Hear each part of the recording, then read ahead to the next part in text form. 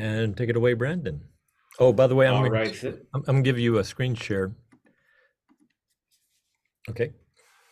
And thank you very much. All right. So you guys know I am co-founder of the Enlightened Worldview Project. I was previously styling myself as founder because, well, I kind of started it. But then when I work with people and the project takes on new life or it changes direction or new ideas come in, it's like we're still founding it. It's being founded, the new ideas, the new initiatives. So that's why I'm co-founder. And the rather than just founder, I like the name. I like thinking of it that way. It's a process, an ongoing process of invention and innovation and there's a few guiding principles that it draws from, and I'm going to get into some of that in the presentation. But one thing I want to say at the outset is that you have a sophistication spectrum that we learn as we age, from childhood into adulthood, but then there's an ongoing sophistication spectrum in our development. And then there are subject matters out there where the highest end of the sophistication spectrum is original research. And a lot of this can be put into practice, but then we need to be mindful of that sophistication spectrum and also where people are. There's so many different, there's this massive multitude of different subcultures, cliques, and jargon systems out there in different industries, different walks of life. And a lot of times people are talking about similar things and going through dealing with similar problems, and they're just speaking different languages. I mean, it may appear that they're all speaking English, or some of you guys are from like maybe a German speaking country, and it appears these people are speaking your language, but they're speaking different words, and then maybe there's a connection that you need to be able to find. So being mindful of all these sophistication spectrums and finding adjacencies between these different sets of ideas and sets in being able to translate it into different languages or into different sets of jargon to be able to connect with people. Another important guiding principle is in-person meetings, being able to, have these connections directly with people face to face, eye to eye, rather than being on our screens and our apps all the time. Something I've already talked about with Teresa here. Now that actually is one of the initiatives that the Enlightened Worldview Project is involved in, but I had to come up with a modified business plan, something that's a little more doable and a little easier to generate some revenue from. So this what I'm going to be presenting on here is separate from that, a little bit separate from that idea of bringing this to, kind of democratizing these ideas at the ground level, so to speak. This business plan is more aimed at people in positions of influence. So it's a little bit more of a, rather than emergence from below, it's more of a based on eminence from above. I think those two are going to be complementary to each other, but this one I think is one that has a better potential of getting some investment in the shorter term, because there's people out there who are in positions of influence, like politicians, bureaucrats, corporate leaders, who we can try to bring these ideas to. And again, with that sophistication spectrum of, like, rather than at the highest level of complexity, we're going to bring it to them where they are. So let me start my presentation here. I think we lost Teresa. I think she's probably going to come back in a second. I know she's on a tram, and there's a few, logistics to jump on and off on the way. I don't know. Is she just about coming back, or should I just proceed? Yeah, go ahead and proceed because she can watch the video later. Like as Simon says, it could be either she's transiting between trams or just in a cell phone dead spot. Oh, But yeah, I'm sure she'll be back. Yeah. okay. Well, let me go ahead and present here.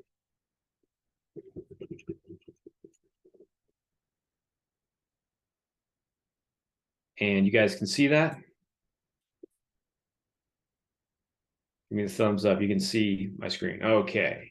So this is, and again, the Enlightened Worldview Project involves multiple initiatives. This is a particular initiative that I'm talking about here today, which is how the business model is educating people and working with them to help address the greatest challenges of our time. So primarily, we're reaching out to people who actually do have the influence to make use of this knowledge.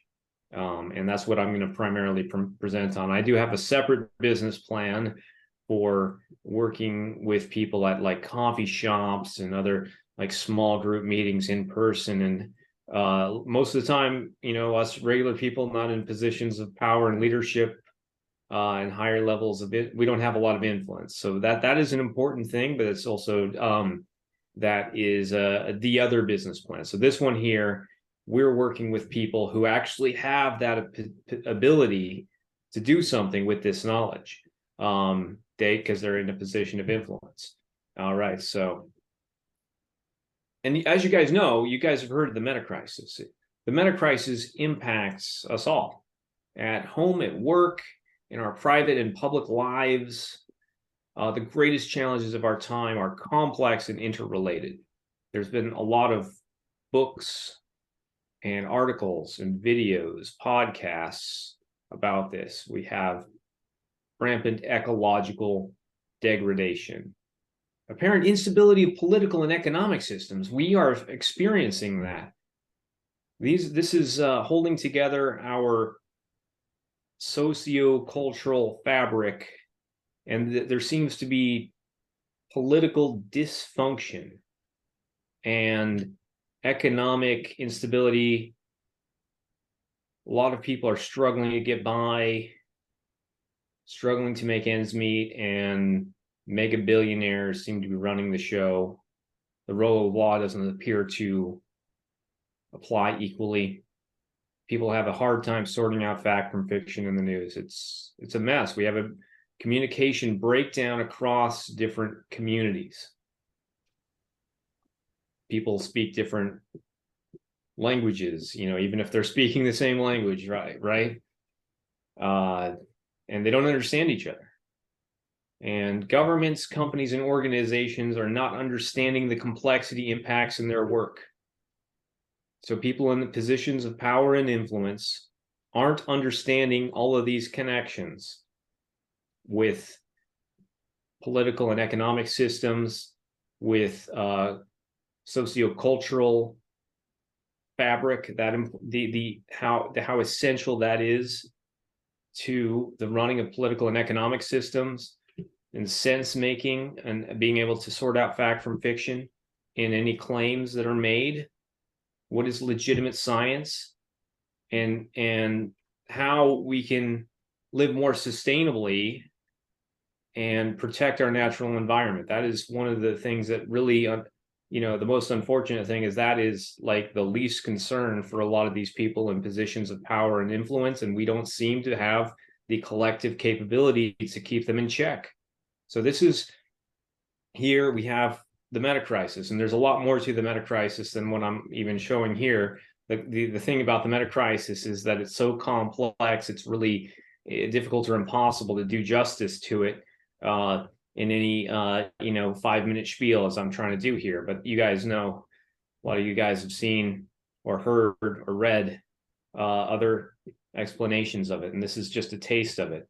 This is something that we are going to try to bring to people who are in positions of influence. Okay, so this business model combines educational courses with consulting. I'm not aware yet of a business that is doing this, where they are we teach courses, and then in the second half of this course, this is essentially consulting. And what are you doing in your organization, your business, your governmental entity? What is it that you're doing, and how can you use these concepts that you just learned to actually make use of it? So the first part, we're going to educate people on this. We're going to educate not just people, but also organizations on the interconnection and interrelation of the greatest challenges of our time. We will explain things in a digestible and relatable way, and we will feed that knowledge to them in a way that they can apply it to situations in their own lives and in their work, in what they have the power and influence to do something with it. And this is a lot of this is going to come from the liminal web.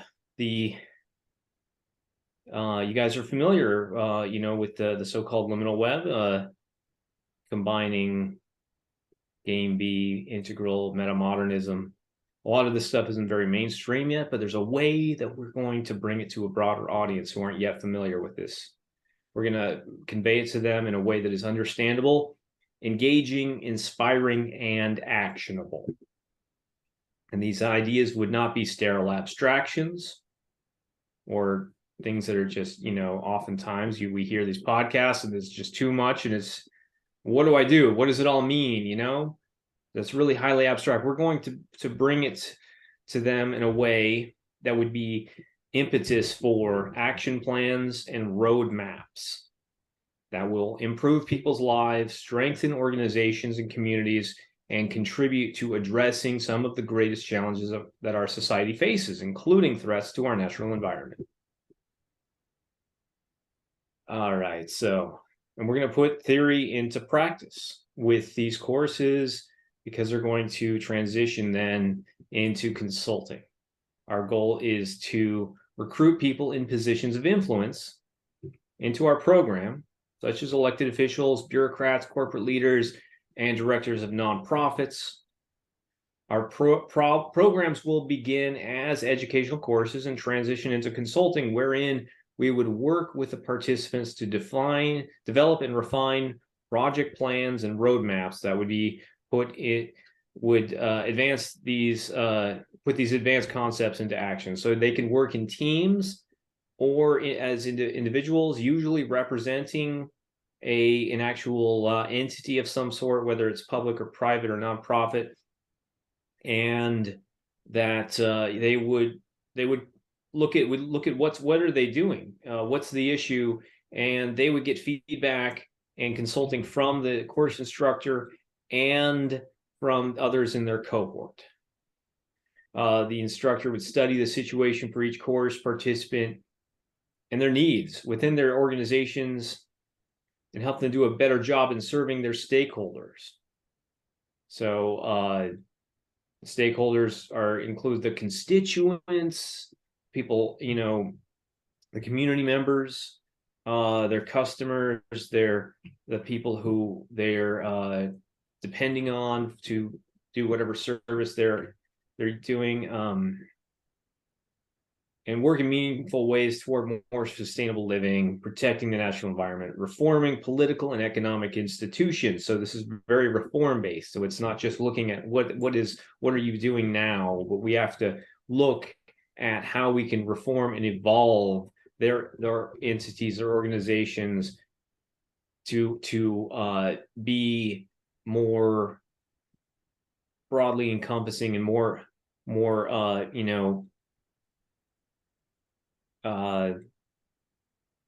looking at how complexity can be implemented in that organization.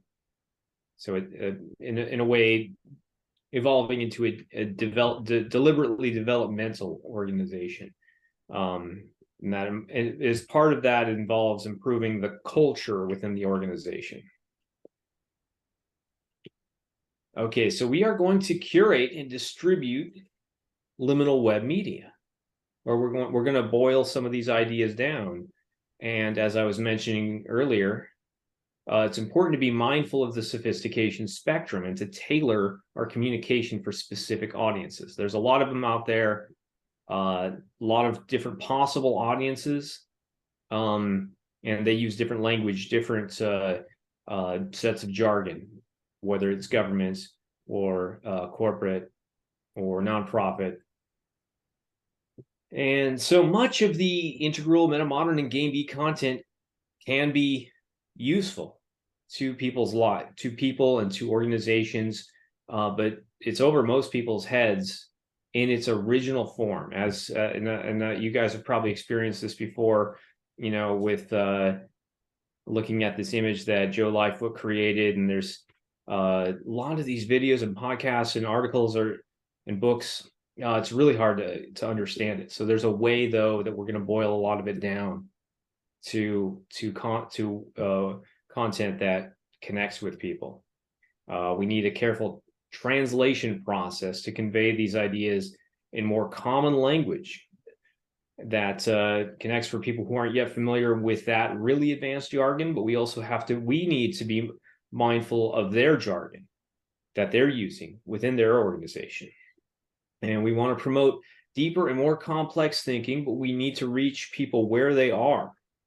We want to onboard them. This is onboarding media. So once there's a scaffolding process, so to speak, you know, that there's a way to bring them up to where they are now understanding the broader and deeper playing field. And a lot of this can be done through easily digestible bites, you know, rather than just a fire hose. A lot of this liminal web content is a fire hose, and it's too much for people if given all at one time. And we are going to make positive change happen. Our work will make a significant impact by doing the following. We're going to train the most influential people in our global society, including politicians, government workers, business leaders, so they might be in a better position to innovate, organize, and help bring about fundamental changes, foundational changes that are needed in order to meaningfully address the meta crisis. We're going to identify systemic problems and also give the course participants the tools to begin to make some significant differences and working toward tangible, positive change in our highly complex world. And we are going to be meta-modernizing these organizations. You know, I like that term, meta-modernize. We're going to understand the needs and the pain points of the participants and their stakeholders and help them realize a greater vision that works to alleviate these problems through community development, ecological sustainability, and a shift in mindset among the people. So this is partially based on the concept of Bildung, wherein we're going to have community development, self-cultivation, and lifelong learning all working hand in hand. Although in this case, this business model is mostly emanation from above. There's another business model that I was talking about before with other people that involved a lot more of a emergence from below. And so some of that is going to be needed as well. So that's working with people directly face to face who are, not in super positions of power, but they are, there's quite a few of them, and they are working, in little ways on the ground to do some of this stuff. So that's going to be involved. Now that is a very time consuming process. And so that's a different business model. In this case, we're going to mostly work with people who are in positions of power and influence and leadership. But there's going to be, some efforts as well to work with people who are rank and file within these organizations so that they can properly implement the model. And it's going to be based in part on the concept of Bildung. And here's what we can do. our team has special capabilities and expertise that are hard to come by out there, and that a lot of these organizations aren't aware that they need people such as us. We have proven understanding of complexity, including the interrelation between psychology, sociology, economics, and ecology. We know how to analyze the unique challenges of people and organizations, and we know how to put theory into practice in helping formulate workable interventions and action plans to offer meaningful improvement to these situations. We have expertise in how to boil down complex ideas and explain them in a language that connects for policymakers and organizational strategists. We know how to show clients how certain philosophical ideas can improve their day-to-day decision-making in their work.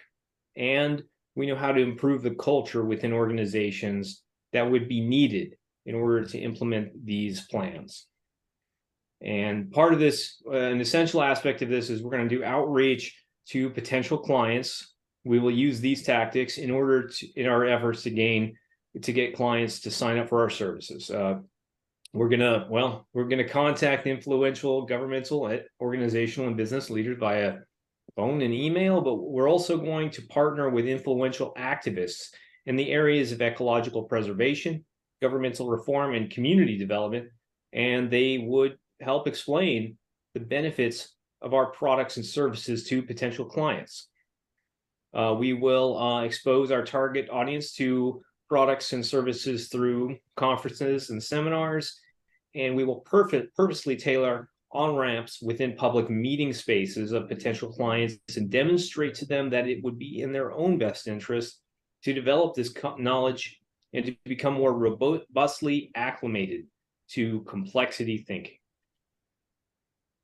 And here's our timeline. There's a ramp-up process for this. What we're doing now is we are developing these educational courses. There is one, in fact, that I've been working on, which is called The Meta Crisis: What It Is and What You Can Do About It. That is one course. There are other courses actually that are more geared toward other aspects. I mean, there's a lot of this basically centers around the meta crisis, but it doesn't all have to be. Not all the courses have to be branded as such. Some of them might be a little bit narrower in scope. So we are developing that now until, I guess, July, so that in August we will have initially we might just have the courses available on an online platform. It would just be, rather than going right to that hybrid model, we're going to start with an online course, just the online course by itself, deploy it to educational platforms. And then we're also starting now until December, we're going to do we're doing outreach to potential clients. So people in positions of power and influence and leadership positions. So we're going to start a pilot project in September, and these go for 3 months. That'll be our first limited cohort to as a test, working with them on this hybrid model, and we're going to see how it goes. In December, we're going to take some reflection on how that went and prepare for our first cohort, which will start in January and go through March. And that will be it'll be a 3-month full cohort. That will be the hybrid educational course and consulting model. And hopefully by then we'll be fully in business. And here's what it's all going to cost. I guess this is going to be expensive, but it's going to be well worth it, I believe. And it also has the potential, or it should be, financially sustainable. So we're going to need some initial startup costs, but this is going to have a big impact on the addressing the meta crisis, probably more so than a lot of other ideas that have been floated out there. I mean, there's a lot of people who talk about it and come up with great ideas, and it's just not being brought to the people in influence who can actually do something about it. So that's what we're doing here. This is going to be a little bit expensive, but we initially anyways, but it should be financially sustainable.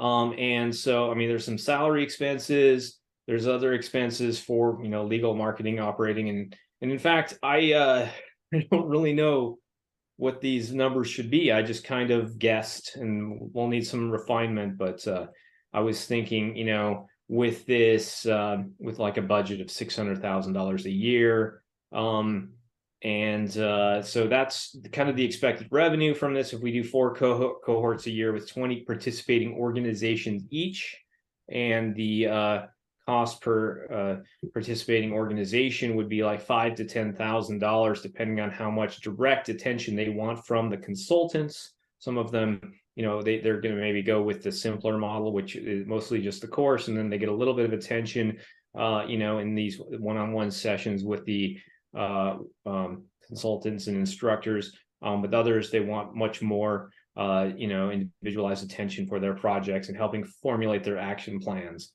and their roadmaps. All right, here's our team, and there's actually going to be probably more team members, but this is what we have so far. So you can see me there. I'm the project director. I've been working with Lee Chazen for a few years on certain things, certain aspects of this project. Ben Smith is also a Emergent Commons member, and I guess he hasn't joined here, but he's working on media creation, and been also working with Marty Behrens, who has experience in consulting. And another Emergent Commons member is Danielle Johnson, and I didn't put her down here yet because I haven't had a chance to talk to her about this. She is a team member of the other business plan, the one that is more emergence from below, and she might be involved in this as well. I haven't talked to her about what her role would be should we get funding for this.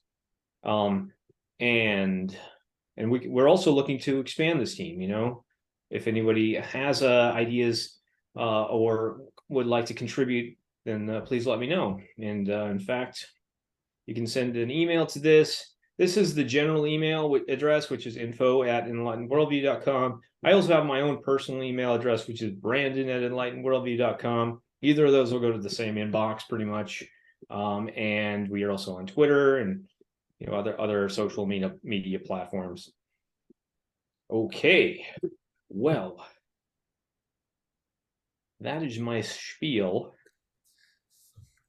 Okay, great. And I assume you have one presentation. There's not a deeper dive. This is the deep dive, it feels like. Is that right? That's correct. And in fact, I used the template that you offered, that Teresa offered, that had, you know, what, who, how, and all that. Right. I had to reformulate it because I had an earlier one for the emanation from below, which is the, you know, networks of in-person, coffee shop meetings that would be focused on bringing sense making and inner awareness and meaning making and civic engagement to people, and broadening the audience of liminal web content that way through a lot of these in-person events. There's more moving pieces to that. It's more complicated to logistically to do that at scale. So that is not what I'm presenting on now, but I presented on that business model at earlier Emergent Commons meetings before the Builders Guild was founded. Right. Okay. So we'll open it up for questions. Anybody can ask. You can raise your hand or just start talking. Now, welcome, John and David. I really liked your presentation, and pretty familiar with most of the, you know, the liminal web aspects that you're drawing from. I guess one thing that came up for me, and maybe it's a little bit of my slightly addictive tendency towards doom scrolling, but was Nate Hoggins, the Great Simplification podcast. And that to me has felt like the most challenging of some of the aspects, like the most imminent challenge that people are not aware of, and kind of in terms of a pain point, like very easy for people to grasp, even across political spectrums. It's still strange that as an example. I'm kind of jumping around a little bit in my mind here, but Bill Maher the other day interviewed Elon Musk, and Elon Musk brought up that there's that people should start having more babies because there's potential for a population collapse. And Bill Maher was like, but wait, what about all of our resources? We don't have enough natural resources, and people are starving in places. And he's like, no, there's plenty of resources. And I just like, wow, I don't hate Elon Musk. I'm kind of neutral with him. But at the same time, I'm like, I don't agree with that. And, I base that on not a simple comment of like, oh, we're fine on resources, but listening to hours and hours of Nate bringing on experts in the fields of geology and oil extraction, and, feeling like I'm a little bit more involved in that process. So anyway, just to kind of come back to it, your project sounds very positive, and I'm trying to find some positive project to get myself involved in. And yet there's also this part of me that's like, we should be really educating people on, some of these challenges that are likely coming in the next couple of decades, that are going to alter, I think it's been really hard for people to politically, Nate talks about this a lot. It's hard politically to convince people that they're going to need to cut down on their consumerism and that it's not sustainable. And so when we talk about these shared languages, we see that we're totally just got, the Trump followers don't believe that there's resource issues, and that's all been, kind of created by the neoliberal order to make things rare. Sorry, you're sorry to butt in, but just to honor the folks here, is there a question you'd like to ask about the project, or would you No like, question. or was it more like a discussion about the meta crisis? Yeah, no, sorry, I'm just rambling, I guess. I like your project. I'm looking for something to be more involved in, and that concern came up for me, was that there's stuff that it's yeah. I guess I didn't hear a lot of warning in your thing. It was more like positive ways that we can get people to work on the same spot, but I didn't hear much about the pain points specifically. So and in fact, I think that there's only so much that you can put into any presentation such as this, and I think I was figuring, let's assume that you guys have already heard some of these podcasts, including The Great Simplification, including a lot, with Daniel Schmachtenberger, and try to drive from that. So for one thing, Schmachtenberger, he isn't really mindful of the sophistication spectrum, but that's fine, because some people need to do original research and show how these different things are, different threads are connected to each other. But someone else needs to look at how to bring this to the people, how to broaden the audience for this, and also how to take theory into practice. So that is what I'm trying to do here. I'm trying to fill that gap, and that is I guess that was an accurate assumption that a lot of you guys were. I didn't need to recap a lot of that stuff that was in podcasts such as The Great Simplification. It would have taken a little more time. It would have been a little bit unnecessary, but yeah, that's why I didn't include that in the presentation. Well, just as a follow-up then, how would you approach, an influencer, a politician, community leaders, business leaders, and approach pain points? I guess not a great question or not, but I guess I'm just trying to see how that, like, we're familiar with it.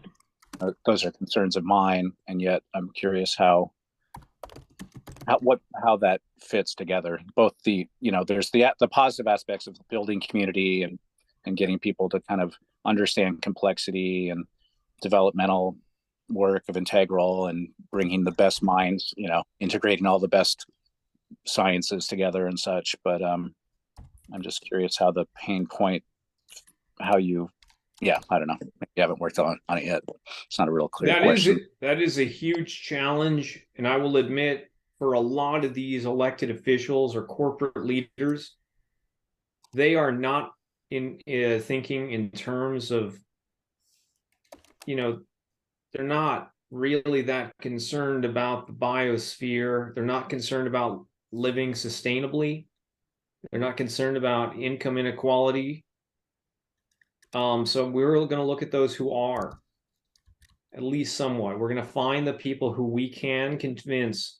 There's just stone cold sociopaths out there who are in positions of power. They are not in our target audience, but there are a lot of those people who have the ability to think and start to recognize what they can do to make positive improvements. And we would first try to see, okay, what are they thinking is a pain point, and speak to that and use that as a segue into looking at interconnections and interrelations. And this is going to come down so much to where they are and what they're doing. I don't have a real one size fits all for that, but you look at, in that context of what is their mission, what do they see as their mission?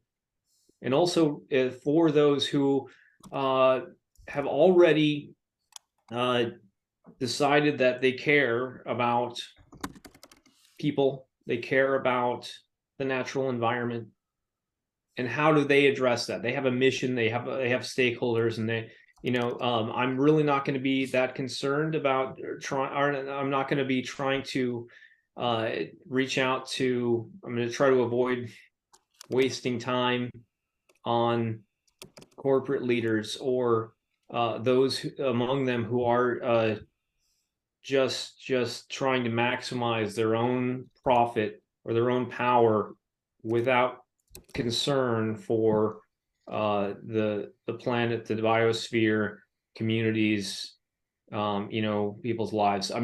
Because there's so much of that out there, and that's one of the saddest things. I think the way to address that is the other business model or something like that, which involves emergence from below. So you're trying to raise the level of consciousness and community development and civic engagement for the population at large. So we have that business model as well. So I'd like to figure out a way that we can simultaneously work on different ends of this power spectrum. But this particular one, which I'm trying to show is viable in the short term, and I'm trying to get some momentum for it and some investment in it. I need to be able to say that it's doable without necessarily that being there in place. So I think it is. Simon, did you have a comment?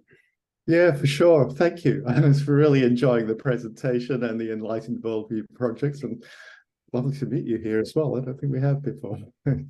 Thank you.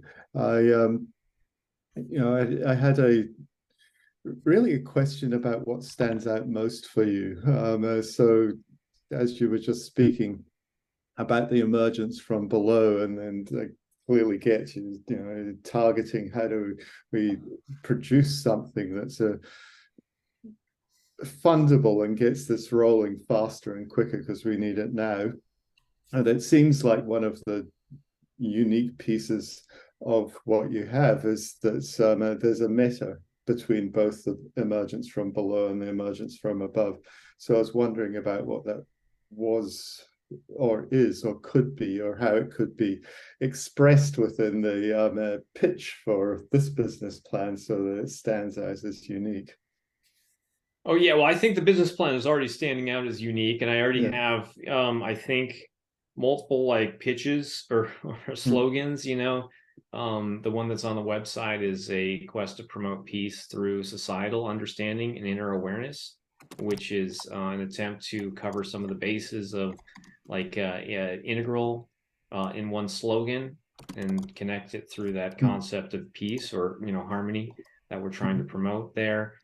So now if you're asking for a slogan or a pitch that has a way to bring in this emergence from above and emanation from above and emergence from below in the same pitch. Gosh, that's really, really complicated. I mean, I'm already trying to compress a lot, and just to think that we have two different business plans, and each of which we're trying to show that they are viable, that they are coherent. And I don't need to, I mean, I can, in the context of making a pitch for one of the two, I'll mention, oh yeah, we have this other thing there. But each of these two business models should be seen as viable in their own right. And this one here, this emanation from above business model, I think is the one I need to focus on more in the short term, because it does work with these people who are already in positions of power, who have the potential to use that power and influence to actually do something. And I'm going to be mindful of the fact that many of these people don't care, and they like using their power for their own, to maximize their own wealth and further increase their own power of themselves and the people they care about at the expense of everyone else, in the biosphere. Okay, I get that, but some of them don't. Some of them actually care about a larger context, or have the potential to see that, and that's who we're going to reach out to. So I'm not sure did I actually answer your question there. Yeah, not so much a slogan that is linking pieces, but the uniqueness. I'm Brandon. I come to Simon, who happens to be the Chancellor of whatever, Scotland, and I go, okay, here's something that I haven't experienced before. Here's something that's speaking to what I want to bring forward. And here's something that's speaking to what I know as the undercurrents, the emergence from below, or I can at least sense that in it, so that it's motivating, so that I know that I'm going to be on the leading edge rather than the bleeding edge with this. And some of the pieces that stood out for me and what's unique are the sophistication spectrum, maybe meta-modernized organizations. A little bit of that in Europe, but that's a really nice way of saying it. Robustly acclimated to complexity thinking. Again, there's that's in places and other.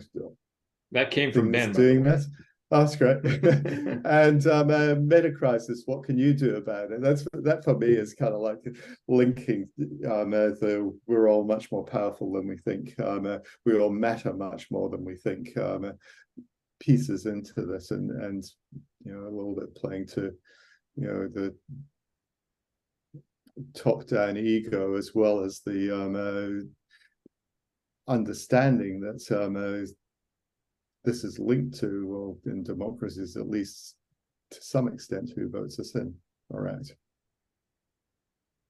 So I don't know if any of those stand out as the most unique or the most different for you. I'll be curious what stands out for you as the most unique. The most unique, I think, is that we do have in recent years the development of these ideas that I think have the potential to change the world for the better. Okay, we are in a time between worlds. We have institutions and cultural frameworks that are fraying and breaking down.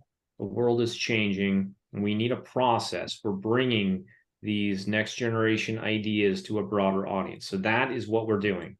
My approach here isn't necessarily the best approach. I mean, there's others out there. I'm trying to figure out what isn't being done, as far as I could tell, that would have the biggest impact. So that's what I would say is the uniqueness. And I think if we were to try to pitch this to people in positions of influence and power and leadership, it might be something they haven't heard before. And I would hope that we could find a way to say it in, just a few words, maybe have 30 seconds, and it would make sense, and it would be inspiring to them. I would hope that we could find such people. Cool, thank you. Kevin, you're muted. Yeah. Looked like John was about to say something. Let him go. Thank you, and hi, Brandon. Um, consider me a cheerleader for your project. I've been aware of the enlightened worldview for some time. I like the way your mind works. I like what you're trying to do. So I want to be a cheerleader for your project. I just want to offer a few comments. I think there is something out there that I sense that you align with quite well. There seems to be, I'm thinking outside of our own meta-modern liminal community, there seems to be a growing, widespread feeling that there is something very wrong with the world, with the way we're running it, and people don't know what it is. But in their gut, what we're doing isn't working on a global scale, and that seems to be growing. So these are people who have not yet found metamodernism and the liminal web and all of this, our community. But in their gut, they know something is wrong, and they know people like Elon Musk don't have the answers. The billionaires don't have the answers. Government doesn't have the answers. Institutions are failing. What we understand deeply, a lot of people out there understand that in their gut. So I think you can tap into that. I think you align with that. I think people who've never heard of metamodernism can relate to the idea, this isn't working and I don't understand it, and you're filling that need. So that's just one comment I would offer. Two, I try to communicate with friends and relatives what is the meta crisis, and it's not easy to do, but I use some very simple language that seems to resonate. Boiling it down, I'm oversimplifying it, but to people who haven't got a clue, you have to oversimplify. So the way I explain the meta crisis is like this. If we're going to save the planet, we're going to kill the economy. If we're going to save the economy, we're going to kill the planet. People get that. So that's my simple. You're quite welcome to use that, and there's many variations. But is there a way to say we're overcoming that to where we're going to save the economy and the planet? Well, that's what we're trying to do, isn't it? Well, so I would hope that solution for the because you seem to be like that spiel that you just offered there seems to be like double bind, pessimistic. So the way you would want to inspire them to say, oh, well, you would think that there's a trade-off, but actually there isn't. So that's one way to say it. I mean, hopefully that element of like a positive, addendum positive to that. Spin. I'm letting my own biases show, but you would never hire me as your marketing guy. That's for damn sure. Well, some of it could be. Some of what you're saying could be, but then a lot of these marketing slogans, you need a team, and someone comes up with something that, well, that doesn't sound that good, but maybe we can change it a little bit and adapt it to something that does. So that's what I'm saying. Where I would go with my own thinking is the way I've outlined the problem. It is my personal opinion, and this is not good marketing, is that we do not have a solution yet. But what we are trying to do is unite and get people involved to move us towards a solution. I do not see a solution to the meta crisis. I see many initiatives working towards solutions. A lot, and some of these may combine and grow into a solution. But Brandon, if you have a solution to the meta crisis, I would like to hear it. Just to clarify, this is not a solution. This is a way. So there's a difference between saying we're going to solve the meta crisis versus saying that we're going to address it meaningfully. Yes, that's what we're doing. We're meaningfully addressing it. Yes, and I love that. That's what you're doing, addressing it. Yes. So yeah. Those are my comments. But again, I like what you're doing. I wish you well. I think you're on the right track. Got great ideas, and I'll be a cheerleader, and I'll be keeping an eye on how you're doing. Thank you. Can I quickly say something, as I've got like 2 minutes of quiet here? Thank you, Brandon. Wonderful. I have a question. I don't know if I missed it, so I'm trying to just tell me, and I'll look it up in the recording. Because you just mentioned that it's addressing the meta crisis, and that you basically, if I got it right, like one of the players out there, and we all do it together. Is there any natural interfaces that naturally arising yet for other initiatives to collaborate? Like you said, you need people for your team, but if I already have projects and initiatives, and how would it be to collaborate? Is there anything that you say, all right, we are currently looking for collaborators in this and this area, or that and that it has already arisen? We can always co-create something, how we can collaborate, but maybe there's already some super sweet and path of least resistance ins, and that's what I would like to ask. Yeah, well, I think the most natural way for a lot of collaboration to take place is that we all kind of recognize the very generalized model, which is, I don't even think my project has the whole model, but we all recognize the model is going to involve this emanation from above and emergence from below. And we are all looking at how we can influence the people in influence, to look at how they can change the way and improve the way they do business. We're also looking at people who are on the ground, so to speak, people, rank and file people in communities, and how we can strengthen communities.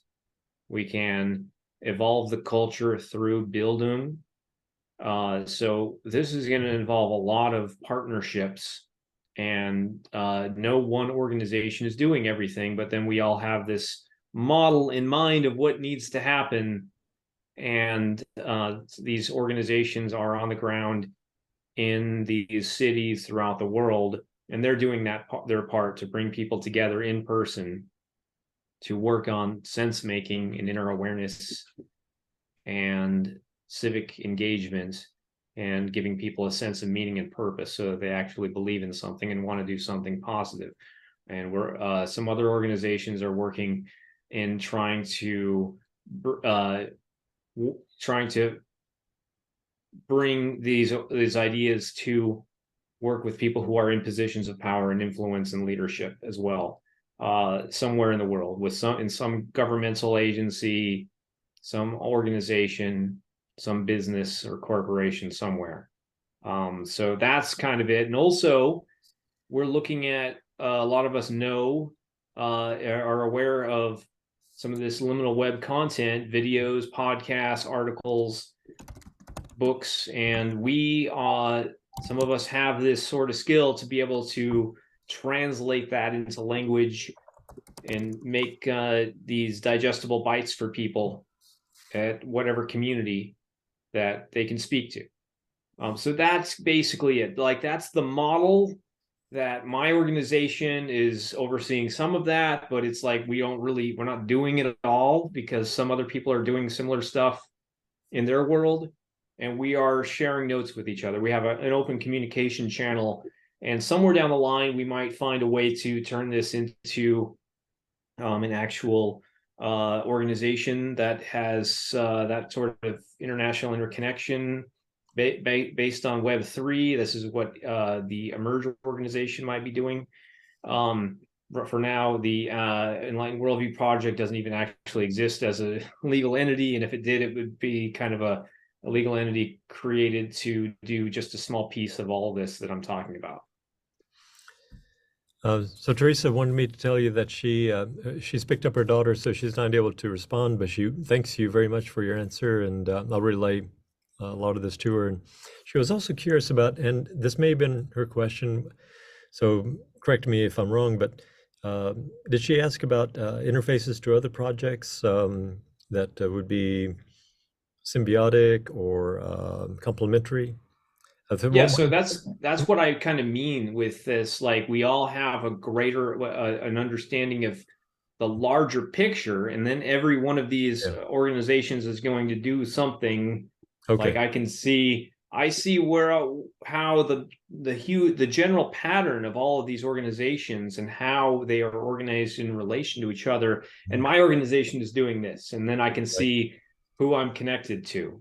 Right. Okay. And then another question I had was, when you talk about complexity, interrelated, interconnected, that reminds me so much of Nora Bateson's worm data courses as well, where she teaches them how to find those interconnections, how to find the complexity.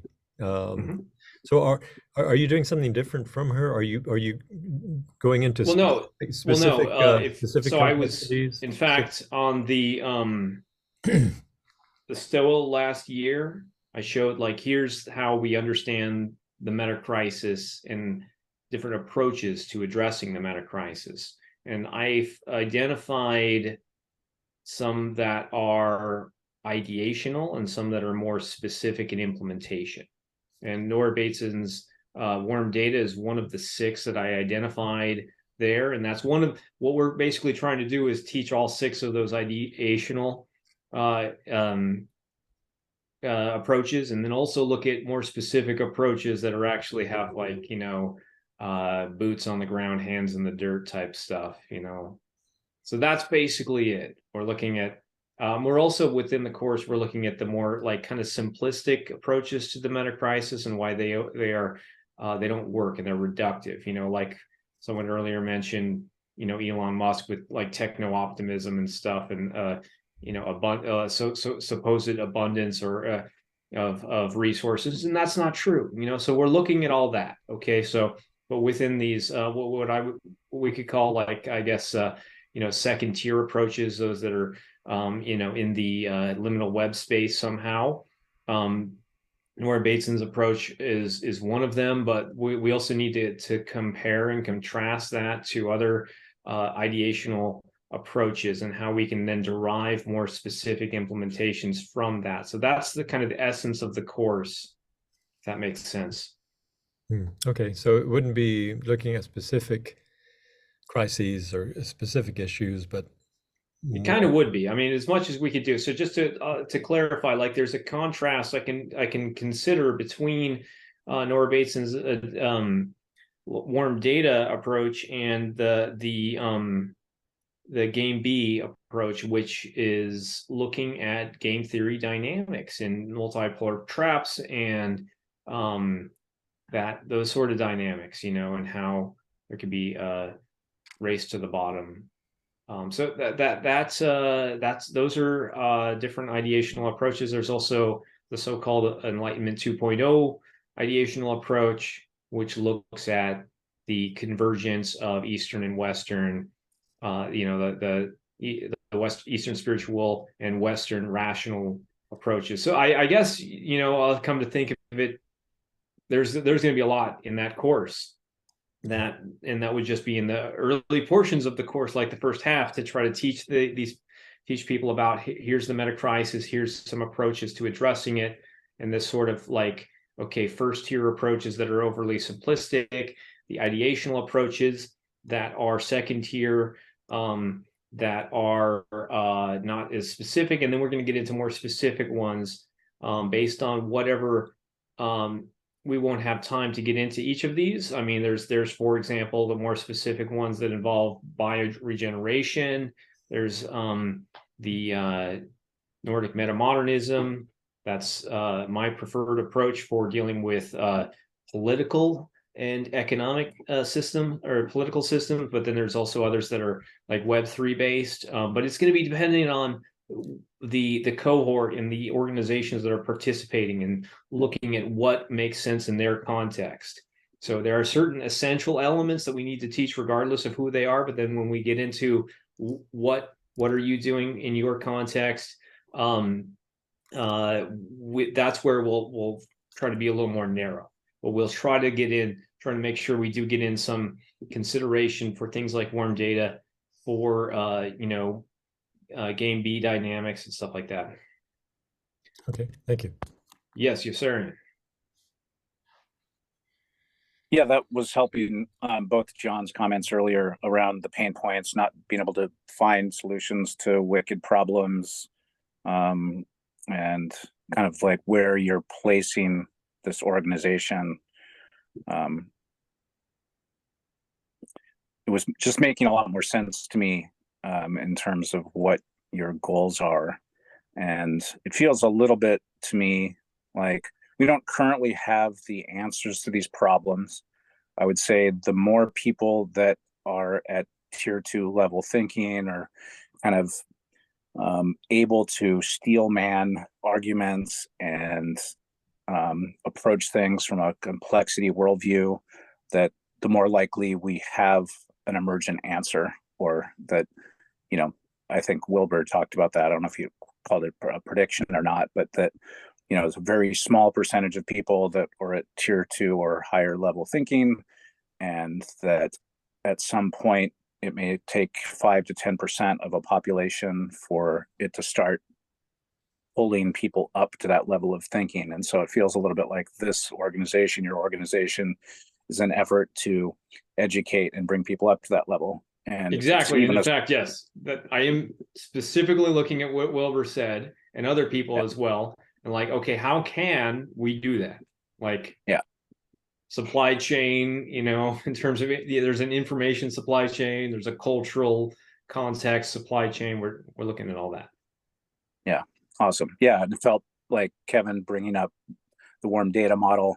It's similar but different in terms of she has a really specific, I don't know, feel and goal towards her providing, you know, the interrelated, interpenetrating, interconnected aspects of it.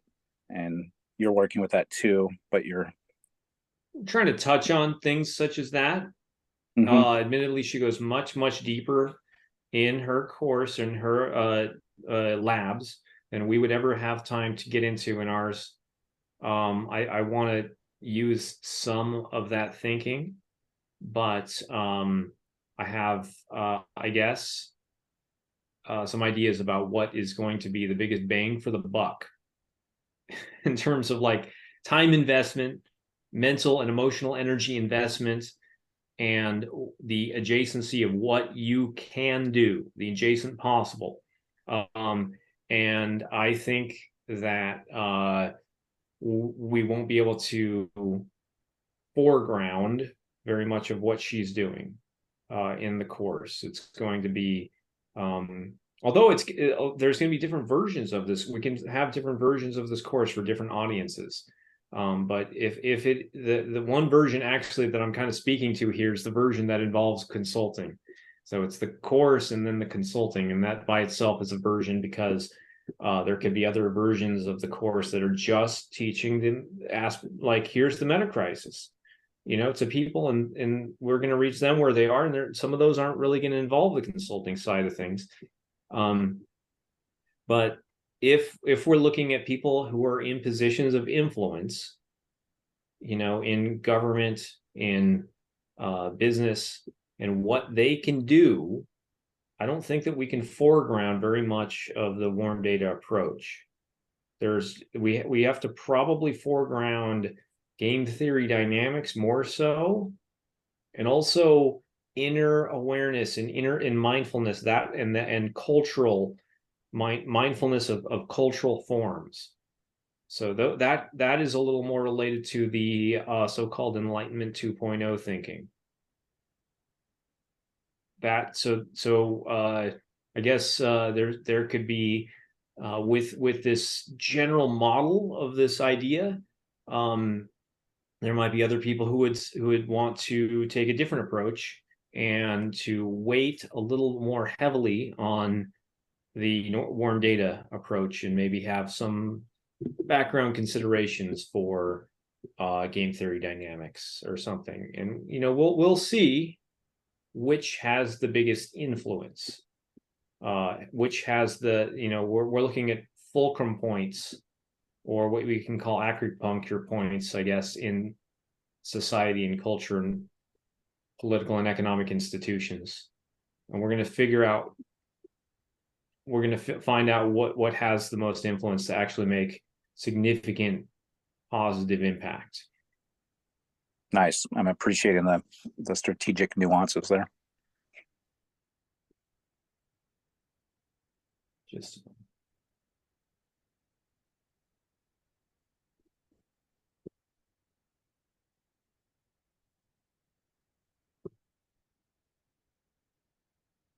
all right. Sorry about that. So anyways, I guess that might be about it. I'm not sure if anybody else has any questions.